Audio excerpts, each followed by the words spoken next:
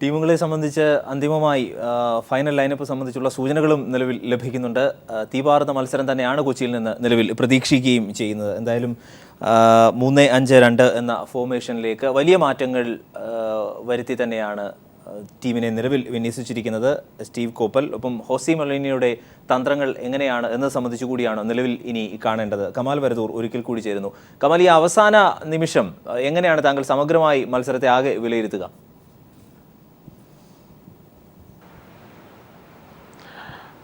അരുൺ, ശരിക്കും പറഞ്ഞാൽ നമുക്ക് ഇന്നത്തെ മത്സരം ജയിക്കണം. കാരണം ഒന്ന്, നേരത്തെ കാണികളാണ്. നമ്മുടെ കാണികൾ മാത്രമല്ല, ഏതൊരു കാണികളെയും നമ്മൾ എടുക്കുകയാണെങ്കിൽ ആ കാണികൾക്ക് വേണ്ടത് വിജയം തന്നെയാണ്. പ്രത്യേകിച്ച് ഒരു വലിയ ചാമ്പ്യൻഷിപ്പാണ്. ആ വലിയ ചാമ്പ്യൻഷിപ്പിൻ്റെ തുടക്കം എന്ന് പറയുമ്പോൾ ഇപ്പം നമുക്കറിയാം, കേരള ബ്ലാസ്റ്റേഴ്സ് എന്ന് പറയുമ്പോൾ നമ്മുടെ കേരളം, അതായത് കേരളം ഒരു കാലത്ത് നമ്മുടെ ഫുട്ബോളിൽ മാത്രമല്ല ശരിക്കും ദേശീയ ഫുട്ബോളിൽ നിറഞ്ഞു നിന്ന ഒരു സംഘമായിരുന്നു കേരളം എന്ന് പറയുന്നത്. അതുകൊണ്ട് തന്നെ കേരളം ശരിക്കും ഇപ്പോൾ ISL വരുന്നു. ISL വന്നതിന് ശേഷമാണ് ഒരു റിവൈവൽ പോലെ നമ്മുടെ ഫുട്ബോൾ മാറുന്നതും അങ്ങനെ ബ്ലാസ്റ്റേഴ്സിൻ്റെ നിരയിലേക്ക് എല്ലാവരും വരുന്നതും. അങ്ങനെയുള്ള ഒരു ആരാധകർ ഇപ്പോൾ ഇന്ന് കൊച്ചിയിലേക്ക് ഒഴുകി എത്തുന്ന ആരാധകരിൽ ഒരാൾ പോലും ഒരു തോൽവി പ്രതീക്ഷിക്കുന്നില്ല. നല്ല 1-2 ഗോളുകൾ, നല്ല ഒരു വിജയമാണ് അവർ പ്രതീക്ഷിക്കുന്നത്. പ്രത്യേകിച്ച് ആദ്യ മത്സരത്തിലെ പെർഫോമൻസ് മാത്രമല്ല, തോൽവി മാത്രമല്ല, മൊത്തം ടീമിൻ്റെ ആറ്റിറ്റ്യൂഡിൽ എല്ലാവരും പ്രതീക്ഷിച്ചിരുന്നത് ഒരു മാറ്റമാണ്. കാരണം ടീം തായ്ലൻഡിലേക്ക് പോകുന്നു, അവിടെ നല്ല പരിശീലനം നടത്തുന്നു, പിന്നീട് കൊൽക്കത്തയിലേക്ക് വരുന്നു, നല്ല പരിശീലനങ്ങളിൽ ഏർപ്പെടുന്നു. പരിശീലനത്തിൻ്റെ ഒരു കുറവില്ലാത്ത രീതിയിലാണ് ആദ്യ മത്സരത്തിൽ ഗോഹട്ടിയിലേക്ക് പോകുന്നത്. പക്ഷേ നമ്മൾ കാണുന്ന ഒരു ഗോളിനാണ് തോറ്റതെങ്കിൽ പോലും മൊത്തം നമ്മൾ ആ മത്സരത്തെ വിലയിരുത്തുമ്പോൾ കാണുന്ന ഒരു സത്യം, നേരത്തെ നമ്മളത് പറഞ്ഞതാണ്, ആ സത്യം എന്ന് പറയുന്നത് കോമ്പിനേഷനാണ്. കോമ്പിനേഷൻ ഇല്ലാതെ ഒരു ടീം രണ്ടാം മത്സരത്തിലും കളിക്കുകയാണെങ്കിൽ അവിടെ സംഭവിക്കാൻ പോകുന്നത്, നേരത്തെ ബിനീഷൊക്കെ സൂചിപ്പിച്ചതുപോലെ, നല്ല ഒരു തോൽവി വന്നേക്കാം. കാരണം അപ്പുറത്ത് കളിക്കുന്നത് കൊൽക്കത്ത എന്നത് മാത്രമല്ല, നേരത്തെ നമ്മൾ പറഞ്ഞ 1-2 അതിവേഗതയിൽ കളിക്കുന്ന സ്ട്രൈക്കേഴ്സ് ഉണ്ട്. തുടക്കത്തിൽ ഒരു ഗോൾ വീണാൽ, 1-2 ഗോൾ വീണാൽ നമ്മൾ പ്രതിരോധം പാളും എന്നുള്ള കാര്യത്തിൽ സംശയമില്ല. പിന്നീട് ഗോൾ മഴക്കും സാധ്യതയുണ്ട് അവിടെ. അപ്പോൾ അങ്ങനെ ഒരു സാഹചര്യം വന്നു കഴിഞ്ഞാൽ തീർച്ചയായിട്ടും അത് ടീമിനെ ബാധിക്കും. അതുകൊണ്ട് ഇന്ന് ഇപ്പം നമ്മൾ ടീം ശൈലിയിലേക്ക് വരുമ്പോൾ 3-5 എന്നൊക്കെ പറയുന്നുണ്ട്. എങ്കിൽ പോലും അവിടെ ഒരു അറ്റാക്കിങ്, നമ്മളിപ്പോൾ എനിക്ക് പെട്ടെന്ന് ഓർമ്മ വരുന്ന ഒരു കാര്യം, നമ്മൾ കഴിഞ്ഞ ലോകകപ്പിൻ്റെ ഒരു സെമിയാണ്. അന്ന് ബ്രസീലും ജർമ്മനിയും ഏറ്റുമുട്ടിയപ്പോൾ നമ്മളൊക്കെ ആ മത്സരം കാണാനുണ്ടായിരുന്നു. അന്ന് അതായത് ബ്രസീലിൻ്റെ കോച്ച് ലൂയിസ് ഫിലിപ്പ് സ്കോളാരി പറഞ്ഞ ഒരു കാര്യം, ഞങ്ങൾ ഓൾ ഔട്ട് അറ്റാക്ക് എന്നാണ് പറഞ്ഞത്. അന്ന് അവരുടെ ക്യാപ്റ്റൻ ഉണ്ടായിരുന്നില്ല, നെയ്മർ ഉണ്ടായിരുന്നില്ല. ഓൾ ഔട്ട് അറ്റാക്കിലേക്ക് അവർ പോവും എന്ന് പറഞ്ഞ് ആ രീതിയിൽ ഗെയിം പ്ലാൻ ചെയ്തു. പക്ഷേ കണ്ടത് നേരെ ഒരു തിരിച്ചടിയായിരുന്നു. 7 ഗോളാണ് അന്ന് ജർമ്മനി നേടിയത്. അതേപോലെ നമ്മളൊരു ഓൾ ഔട്ട് അറ്റാക്കിലേക്ക് പോകുമ്പോൾ നമ്മുടെ പ്രതിരോധത്തെക്കുറിച്ച് നമുക്കൊരു ചിന്ത വേണം. നമ്മുടെ ഒരു പൊസിഷൻ, കാരണം ഹോം ഗ്രൗണ്ടിൽ ആദ്യ മാച്ചാണ്, 2 മത്സരം വരാനിരിക്കുന്നു. ഇങ്ങനെയൊക്കെയുള്ള ഒരു സാഹചര്യത്തിൽ ഈ കാണികൾ ഇതിന് 10 മടങ്ങായി വരണമെങ്കിൽ ഇന്ന് നല്ല ഒരു മത്സരം വേണം, നല്ല വിജയം വേണം. അതിനുള്ള ഒരു ശ്രമം മാത്രം പോരാ, വിജയം തന്നെ വേണം. എങ്കിൽ മാത്രമേ നല്ല സപ്പോർട്ട് കൂടി ടീമിന് മുന്നോട്ട് പോകാനായിട്ട് കഴിയൂ. അതുകൊണ്ട് ഫസ്റ്റ് ഹോം മാച്ചാണ്, നല്ല ജയം തന്നെ ടീമിന് വേണം. ബിനീഷ്, യഥാർത്ഥത്തിൽ ശുഭപ്രതീക്ഷ തന്നെയാണ് നമ്മൾ അവസാന നിമിഷം വരെ പുലർത്തുന്നതും ആ അർത്ഥത്തിൽ. പിന്നെ കഴിഞ്ഞ സീസണുകളൊക്കെ എടുത്ത് നോക്കുമ്പോൾ ആശാവകമായ രീതിയിലേക്ക് ടീം ഉയർന്നില്ല എന്നതിൻ്റെ നേരിയ പരിഭവമാണ് ആദ്യഘട്ടത്തിൽ നമ്മൾ അടക്കം പങ്കുവെക്കുകയും ചെയ്തത്. എങ്കിലും അന്തിമമായി ആത്മവിശ്വാസത്തിലാണ്. ഒരു ഗോൾ മാർജിൻ എങ്ങനെയാണ് നിലവിൽ കേരളം ജയിക്കുമ്പോൾ പ്രതീക്ഷിക്കപ്പെടുന്നത്? 2-1 എന്ന നിലയിൽ തന്നെ 2-1 അതിൻ്റെ ഒരു സാധ്യത കൂടി. കാരണം ഞാൻ പറയാൻ കാര്യം, ഈ പ്രീറ്റോയെ ഫ്രീ ആക്കി ഒരുപക്ഷെ നാളെ വരുന്ന വാർത്തകൾ അങ്ങനെ തന്നെയായിരിക്കും, കളി മെനഞ്ഞത് അല്ലെങ്കിൽ മധ്യനിരയിൽ നിന്ന് ഈ മനുഷ്യനാണ് എന്ന തരത്തിലാവാനാണോ സാധ്യത? അല്ല, നമ്മുടെ ഈ പോസ്റ്റ്മോർട്ടം നടത്തിയപ്പോൾ തന്നെ പറഞ്ഞു, ഈവൻ കോച്ച് തന്നെ ആക്സെപ്റ്റ് ചെയ്തതാണ്, അടുത്ത മത്സരത്തിന് ഹോസു വരുന്നു. അപ്പോൾ അതിനകത്ത് തന്നെ നമുക്കറിയാം പുള്ളിക്കാണ് ഫുൾ ചാർജ് കൊടുത്തേക്കുന്നത് ഇന്നത്തെ മത്സരത്തിൻ്റെ. അപ്പോൾ ആ പെർഫോമൻസ് ഹോസു ഇന്ന് എങ്ങനെ പെർഫോം ചെയ്യും, ആദ്യത്തെ ഒരു 10 മിനിറ്റ് കൊണ്ട് നമുക്ക് ഏകദേശം ഒരു ധാരണ കിട്ടും. എല്ലാ മാച്ചും അങ്ങനെയാണല്ലോ.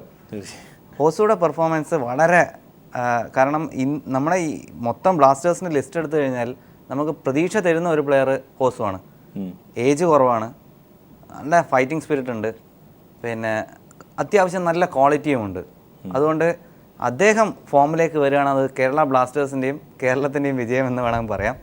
അതുകൊണ്ട് നമുക്ക് അദ്ദേഹം ഫോമിലേക്ക് വരട്ടെ. സ്ട്രൈക്കേഴ്സിന് നല്ല ബോളുകൾ, കില്ലിംഗ് പാസ്, നേരത്തെ പറഞ്ഞതാണ്, കില്ലിംഗ് പാസ് കൊടുക്കാനുള്ള, അതായത് ഡിഫൻസിനെ അങ്ങനെ മുറിച്ച് കളഞ്ഞിട്ടുള്ള പാസ്.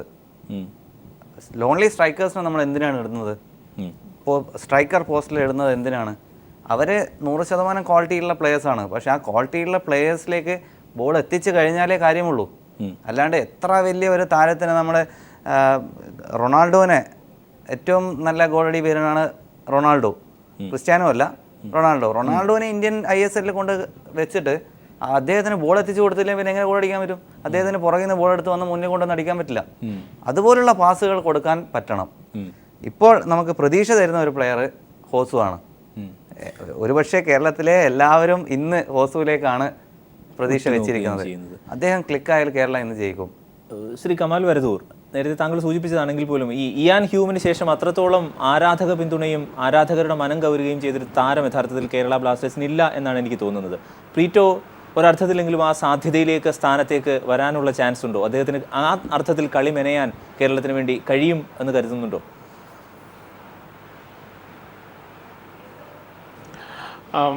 അരുൺ, ശരിക്കും അതായത് ഫുട്ബോളിനെ നമ്മളൊക്കെ ഇഷ്ടപ്പെടാൻ, അല്ലെങ്കിൽ പ്രത്യേകിച്ച് കാൽപന്തിനെ ഇഷ്ടപ്പെടാൻ വളരെ പ്രധാനപ്പെട്ട കാരണം ചില ഇൻഡിവിജ്വൽ പ്ലെയേഴ്സ് തന്നെയാണ്. ലോക ഫുട്ബോളോ കേരള ഫുട്ബോളോ ഇന്ത്യൻ ഫുട്ബോളോ ഏത് നമ്മൾ നോക്കുകയാണെങ്കിൽ IM വിജയൻ എന്ന് പറയുമ്പോൾ നമുക്ക് ഇന്നും മൈതാനത്ത് കളിക്കുന്ന ഒരു വിജയനാണ്. കാരണം വിജയൻ്റെ പെരുമാറ്റമല്ല അതിന് വളരെ പ്രധാനം, അദ്ദേഹത്തിൻ്റെ ആ മൈതാനത്തെ പ്രസൻസ് ആണ്. ഇപ്പോൾ ഉസൈൻ ബോൾട്ടിനെ പോലെ ഒരാളെ, ജമൈക്കക്കാരനാണ് അദ്ദേഹം, എന്തുകൊണ്ട് അദ്ദേഹത്തെ ലോകം ഇഷ്ടപ്പെടുന്നു എന്ന് ചോദിച്ചു കഴിഞ്ഞാൽ അദ്ദേഹത്തിൻ്റെ ആ മൈതാനത്തെ പ്രസൻസ് അത്രമാത്രം പോസിറ്റീവാണ്. അപ്പോൾ എനിക്ക് തോന്നുന്നു ഇയാൻ ഹ്യൂം, നമ്മളൊക്കെ അദ്ദേഹത്തെ ഹ്യൂമേട്ടൻ എന്ന് ഒരു സീസണിൽ തന്നെ വിളിക്കാനൊരു കാരണം അദ്ദേഹത്തിൻ്റെ ആ മൊട്ടത്തല മാത്രമല്ല, മൈതാനം മുഴുവൻ അദ്ദേഹം നിറഞ്ഞു കളിക്കുന്ന ഒരു താരമാണ്. അങ്ങനെ ഒരു താരം കഴിഞ്ഞ സീസണിൽ ഇല്ല. അതുകൊണ്ട് തന്നെ ഇപ്പോൾ ഹ്യൂമ് അത്ലറ്റിക്കോ ഡി കൊൽക്കത്തയ്ക്ക് വേണ്ടി 2 തവണ കൊച്ചിയിൽ വന്നപ്പോൾ നമ്മൾ കണ്ടൊരു കാഴ്ച, കൊച്ചിയിലെ കാണികൾ പലരും അദ്ദേഹം പന്തെടുക്കുമ്പോൾ അദ്ദേഹത്തിൻ്റെ കൂടെ കൈയടിക്കുന്ന ഒരു കാഴ്ച നമ്മൾ കണ്ടിരുന്നു. അപ്പോൾ ഈ സീസണിലേക്ക് നമ്മൾ വരുമ്പോൾ ഹോസു അദ്ദേഹത്തിൻ്റെ ബോഡി ലാംഗ്വേജ്, അത് കാരണം അത്രമാത്രം, അതായത് മൊത്തം വരുന്ന കാണികളെ ആവേശിപ്പിക്കാൻ, ഒരുപക്ഷെ ഒരു ഗോൾ അദ്ദേഹം നേടിയാൽ, അല്ലെങ്കിൽ നേരത്തെ പറഞ്ഞതുപോലെ ഒരു കില്ലിംഗ് പാസ് അദ്ദേഹം കൊടുത്തു കഴിഞ്ഞാൽ അദ്ദേഹത്തിന് കയ്യടി ലഭിക്കും. ആ കയ്യടിയിൽ അദ്ദേഹത്തിൻ്റെ പ്രതികരണം എങ്ങനെ എന്നുള്ളതാണ്. കാരണം യൂറോപ്യൻ പ്ലെയേഴ്സ് നമ്മളെപ്പോഴും കാണുന്നത് പോലെ അങ്ങനെ കാണികളുമായിട്ട്, പ്രത്യേകിച്ച് കേരളത്തിലെ കാണികളുമായിട്ട് സംവദിക്കുന്നവരല്ല. പക്ഷേ ശരിക്കും കാണികൾക്കൊപ്പം ഒരു താരം നിൽക്കുകയും അദ്ദേഹം 1-2 ഗോളൊന്നും അദ്ദേഹം നേടേണ്ടതില്ല, 1-2 നല്ല മുന്നേറ്റങ്ങൾ, നല്ല 2 പാസുകളൊക്കെ കൊടുത്തു കഴിഞ്ഞാൽ കാണികൾ ആ താരത്തിനൊപ്പം നിൽക്കും. അങ്ങനെ ഹോസു വന്നാൽ, അതായത് നേരത്തെ ബിനീഷ് പറഞ്ഞത് വളരെ കറക്റ്റാണ്, നമുക്ക് ആരെങ്കിലും ഒരാളെ വിശ്വസിക്കാനുണ്ടെങ്കിൽ അത് ഹോസുവാണ്. എന്തുകൊണ്ട് നമ്മൾ റാഫിയെ കഴിഞ്ഞ സീസണിൽ ഇഷ്ടപ്പെട്ടു എന്ന് ചോദിച്ചാൽ 4 നല്ല ഗോളുകൾ ഉണ്ടായിരുന്നു റാഫിയുടെ വക. അതേപോലെ നല്ല നീക്കങ്ങൾ, നല്ല ഗോളുകൾ, നല്ല പാസുകൾ, നല്ല ഡിഫൻസ്, ഇതൊക്കെ ആര് ചെയ്യുന്നോ ആ താരത്തിന് പിന്തുണ ഉണ്ടാവും. ആ പിന്തുണയെ ആ താരം ഏത് കണ്ട് സ്വീകരിക്കുന്നു എന്നുള്ള തരത്തിലായിരിക്കും മൈതാനത്തെ പ്രതികരണം. എന്തായാലും ഹോസുവിലേക്ക് തന്നെ ഒരിക്കൽ കൂടി നമുക്ക് 2 കണ്ണുകളും തുറന്ന് കാഴ്ചവെക്കാം. അതെ, ബോക്സിലേക്കുള്ള മിന്നുന്ന ക്രോസുകളും അതിൻ്റെ അതിമനോഹരമായ ഫിനിഷിങ്ങുകളും കൊണ്ട് സമ്പന്നമാകും കൊച്ചിയിൽ മത്സരം എന്ന് തന്നെയാണ് ഏതൊരു ഫുട്ബോൾ ആരാധകനെയും പോലെ ഞങ്ങളും ആഗ്രഹിക്കുന്നത്. എന്തായാലും മുഖ്യമന്ത്രി നിലവിലെത്തിയിട്ടുണ്ട്. സച്ചിൻ തെണ്ടുൽക്കർ അദ്ദേഹം നേരത്തെ തന്നെ സ്റ്റേഡിയത്തിൽ എത്തിയിരുന്നു. മടങ്ങി വരാം ഒരു ഇടവേളയ്ക്ക് ശേഷം. പഴയ ചരിത്രങ്ങളൊക്കെ പഴങ്കഥകളാകും എന്ന വിശ്വാസത്തിൽ തന്നെയാണ് കൊച്ചിയിൽ കേരള ബ്ലാസ്റ്റേഴ്സിൻ്റെ ആരാധകർ തടിച്ചുകൂടിയിരിക്കുന്നത്. കാരണം അത്ലറ്റിക്കോ ഡി കൊൽക്കത്തയുമായി ഏറ്റുമുട്ടിയപ്പോഴൊക്കെ ജയം എന്നത് കേരളത്തെ സംബന്ധിച്ച് അകലെയായി നിന്നിരുന്നു കഴിഞ്ഞ സീസണുകളെ ഒക്കെ അപേക്ഷിച്ച്. പക്ഷേ സാഹചര്യങ്ങൾ മാറി, ടീമുകൾ മാറി, പരിശീലകർ മാറി, തന്ത്രങ്ങൾ മാറി, കളി മെനയുന്ന രീതികൾ മാറി. അതുകൊണ്ട് തന്നെ പുതിയ സാഹചര്യം, പുതിയ ടീം, അത്ലറ്റിക്കോ ഡി കൊൽക്കത്തയ്ക്കെതിരെ ഒരു ജയം കേരളം നേടും, കേരള ബ്ലാസ്റ്റേഴ്സ് നേടുമെന്ന പ്രതീക്ഷയിൽ തന്നെയാണ്, ആവേശത്തിൽ തന്നെയാണ്, വലിയ തരത്തിലുള്ള ആവേശത്തിൽ തന്നെയാണ് കൊച്ചി നിലനിൽക്കുന്നത്. എന്തായാലും മത്സരത്തിലേക്ക് എത്താം, ഒരിടവേള കൂടി. തിരിച്ചുവരവ് പ്രതീക്ഷിച്ചാണ് പുതു സീസണിൽ ഹോം ഗ്രൗണ്ടിൽ കൊച്ചിയിൽ കേരള ബ്ലാസ്റ്റേഴ്സ് നിലവിലിറങ്ങിയിരിക്കുന്നത്. ബിനീഷ് ഒരിക്കൽ കൂടി ന്യൂസ് റൂമിൽ നിന്ന് ചേരുന്നു. ബിനീഷ്, ലഭ്യമായ നിലവിലെ ടീം ലൈനപ്പ് ഒക്കെ വെച്ച് അവസാന വട്ട ഒരു വിലയിരുത്തൽ കൂടി. ജയം അനിവാര്യമാണ്. അതുകൊണ്ട് നല്ലൊരു 3-5-2, എനിക്ക് തോന്നുന്ന ഒരു അറ്റാക്കിംഗ് ഫോർമേഷൻ തന്നെയാണ് വെച്ചേക്കുന്നത്. എല്ലാം കൊണ്ട് കഴിഞ്ഞ മത്സരത്തിൽ സൂചിപ്പിച്ചതാണ്, നമ്മൾ കുറച്ച് ഡിഫെൻസീവ് ആയിരുന്നു ആദ്യം, ഫസ്റ്റ് മാച്ച് ആയതുകൊണ്ട്. അവരുടെ ഹോം ഗ്രൗണ്ടിലാണ് നമ്മൾ പോയി കളിച്ചത്, നോർത്ത് ഈസ്റ്റിൻ്റെ. പക്ഷേ ഇന്ന് എല്ലാം മാറ്റമാണ്, എല്ലാ ഘടകങ്ങളും നമുക്ക് അനുകൂലമാണ്. നമ്മുടെ ഹോം ഗ്രൗണ്ട്, ഓഡിയൻസ്, സപ്പോർട്ട്, പോരാത്തതിന് കഴിഞ്ഞ മത്സരത്തിൽ നമ്മളൊരു കുറവ് കണ്ടിരുന്നത് ഹോസു ഇല്ല എന്നുള്ളതായിരുന്നു. ഇന്ന് അദ്ദേഹത്തിനെയും കിട്ടിയിരിക്കുന്നു. അപ്പോൾ മിഡ്ഫീൽഡിൽ ആളില്ല എന്നുള്ള ആ ഒരു പ്രശ്നം മാറി കിട്ടുന്നു.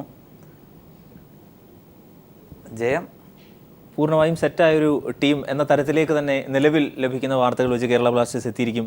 അല്ല, ഒന്നാമത്തെ മത്സരത്തിൽ നമ്മൾ കുറേ അതിനെപ്പറ്റി നമ്മൾ ചർച്ച ചെയ്ത് കഴിഞ്ഞു. അതിലെ പോരായ്മകൾ നമ്മൾ കണ്ടെത്തി കഴിഞ്ഞു. പോരായ്മകളിൽ നിന്നുമാണ് നമ്മൾ പാഠം ഉൾക്കൊണ്ട് രണ്ടാമത്തെ മത്സരത്തിലേക്ക് പോകേണ്ടത്.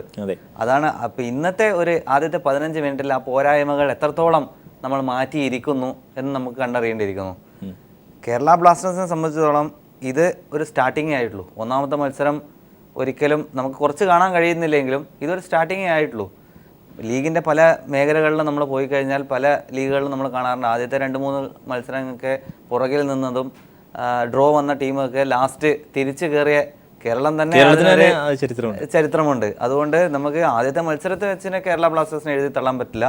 പക്ഷേ അതേ സമയത്ത് തന്നെ എതിരെ കളിക്കുന്ന ടീം കേരളത്തിനെക്കാട്ടിയും കുറച്ചും കൂടി ശക്തരാണെന്ന് പറയാതിരിക്കാനും പറ്റില്ല. കാരണം ISLൻ്റെ ഹിസ്റ്ററി വെച്ച് നോക്കിക്കഴിഞ്ഞാൽ എല്ലാവരും വളരെ ISL എക്സ്പീരിയൻസ് ഉള്ള പ്ലെയേഴ്സാണ്. അതുകൊണ്ട് തന്നെ കേരളത്തിന് അത്ര എളുപ്പമാവില്ല ഇന്നത്തെ മത്സരം. പക്ഷേ ജയിക്കും എന്ന് പ്രതീക്ഷിക്കാം. മനു എം നായർ ചേരുന്നു. മനു, ടീം ഫോർമേഷനെ സംബന്ധിച്ചുള്ള സൂചനകളൊക്കെ 3-5-2 എന്ന തരത്തിൽ നിലവിൽ ലഭിച്ചിട്ടുണ്ട്. ടീം ലൈനപ്പിനെ സംബന്ധിച്ചുമുള്ള സൂചനകളായിട്ടുണ്ട്. എന്താണ് ഈ അവസാന നിമിഷം മത്സരം തുടങ്ങുന്നതിന് തൊട്ടു മുൻപ് കലൂർ സ്റ്റേഡിയത്തിൽ നിന്ന് റിപ്പോർട്ട് ചെയ്യാനാവുക? തീർച്ചയായിട്ടും ടീം ലൈനപ്പ് ഞാൻ പറഞ്ഞുതരാം. അതായത് ഗോൾ കീപ്പർ സ്ഥാനത്ത് ഗ്രഹാം സ്റ്റോക്ക്, നമ്മൾ പ്രതീക്ഷിച്ചത് തന്നെ ഡിഫൻഡർ പ്രാതിക് ചൗധരി, ഹിംബത്താണ് ക്യാപ്റ്റൻ, മുഹമ്മദ് റഫീഖ് ഫോർവേഡ്, ഒപ്പം തന്നെ അന്തോണിയോ ജർമ്മൻ നമ്മുടെ പ്രതീക്ഷിച്ച താരം, അദ്ദേഹം ഫോർവേഡിലുണ്ട്. മിഡ്ഫീൽഡിൽ മെഹ്താ ഹുസൈൻ ഉണ്ട്. ഒപ്പം തന്നെ ഫറൂഖ് ചൗധരി ഫോർവേഡ് സ്ഥാനത്ത് കളിക്കാൻ ഇറങ്ങുന്നു.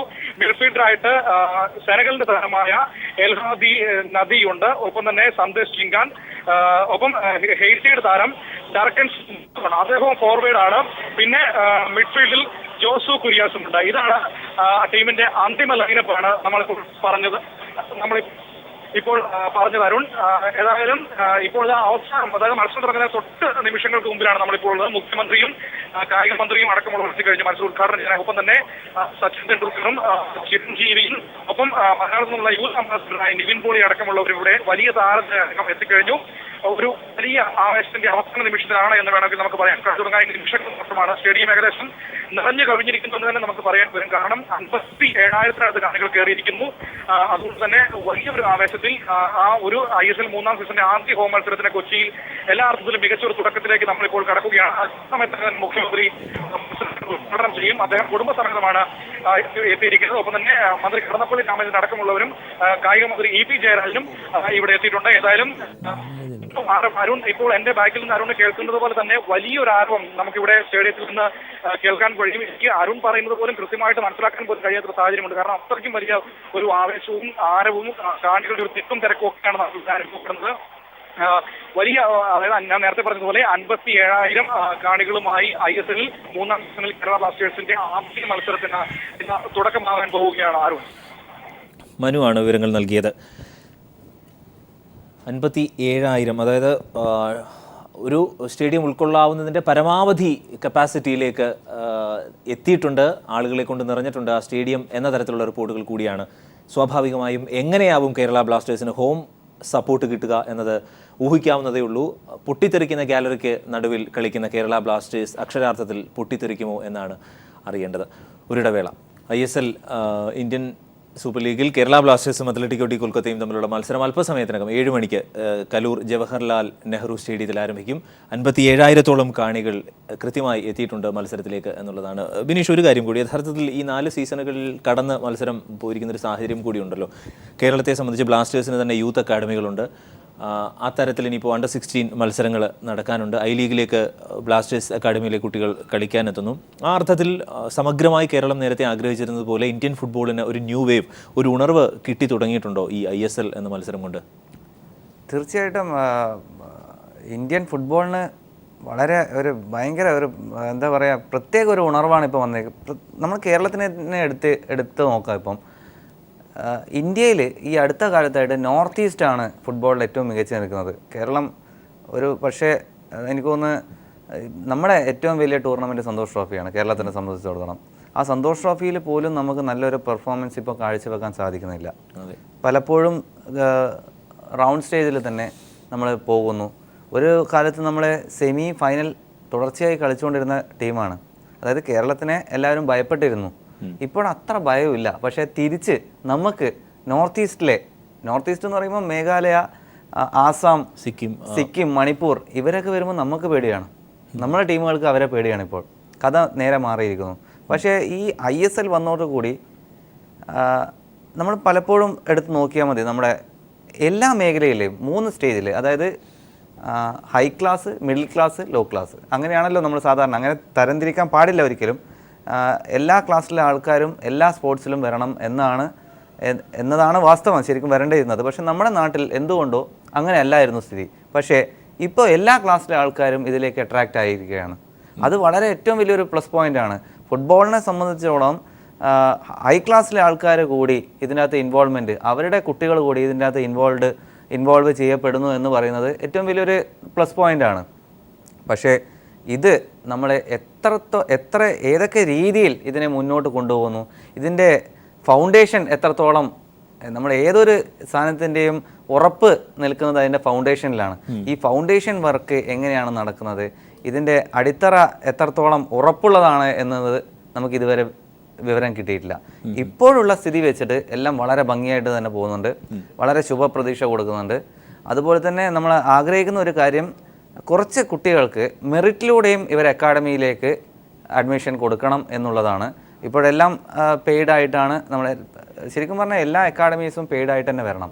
കാരണം നമ്മുടെ നാടിൻ്റെ ഇപ്പോഴത്തെ ഒരു അവസ്ഥ എന്ന് പറഞ്ഞാൽ ഫ്രീ ആയിട്ട് കൊടുക്കുന്നത് എന്തിനും ഒരു വില കൽപ്പിക്കാറില്ല. അതുകൊണ്ട് പൈസ കൊടുത്തിട്ട് എന്ത് ട്രെയിനിങ് കൊടുത്തോ അതിന് വളരെയധികം ആൾക്കാരാണ്. അവിടെ കുറച്ച് ആൾക്കാരെ മെറിറ്റിലൂടെയും എടുത്തു കഴിഞ്ഞാൽ ഈ നല്ല കളിക്കുന്ന കുട്ടികളും 2 കുട്ടികളും വന്നാൽ കളി നിലവാരം കുറച്ചും കൂടി കൂടും. അതുകൊണ്ട് തന്നെ ISL ഇതുവരെ വളരെ മികച്ച റെസ്പോൺസാണ് നൽകിയിരിക്കുന്നത്. എനിക്ക് തോന്നുന്നു ഈ യൂത്ത് അക്കാഡമിയിലായിട്ട് ഇവർ നടത്തുന്നത് തന്നെ 800ഓളം കുട്ടികൾ നിലവിൽ വിവിധ മേഖലകളിലായി പഠിക്കുന്നുണ്ട്. അതിൻ്റെതായ അഡ്വാൻറ്റേജ് ഉണ്ടാവുകയും ചെയ്യുന്നുണ്ട് ഇന്ത്യൻ ഫുട്ബോളിന് ആ തരത്തിലേക്ക് എന്ന തരത്തിൽ. മാത്രമല്ല വളരെ ഓർഗനൈസ്ഡ് ആയിട്ടാണ്, ഒരു പ്ലാൻഡ് ആയിട്ടാണ് കോച്ചിങ് സിസ്റ്റം അവരുടെ അടുത്ത്. എനിക്ക് തോന്നുന്നത് അതിന് ടെറി ഫെലാൻ വളരെ ആത്മാർത്ഥതയുള്ള ഒരു കോച്ചാണ്. കഴിഞ്ഞ പ്രാവശ്യം ഇടക്കാലം കേരള ബ്ലാസ്റ്റേഴ്സ് കോച്ചായിട്ട് വന്നിരുന്നു.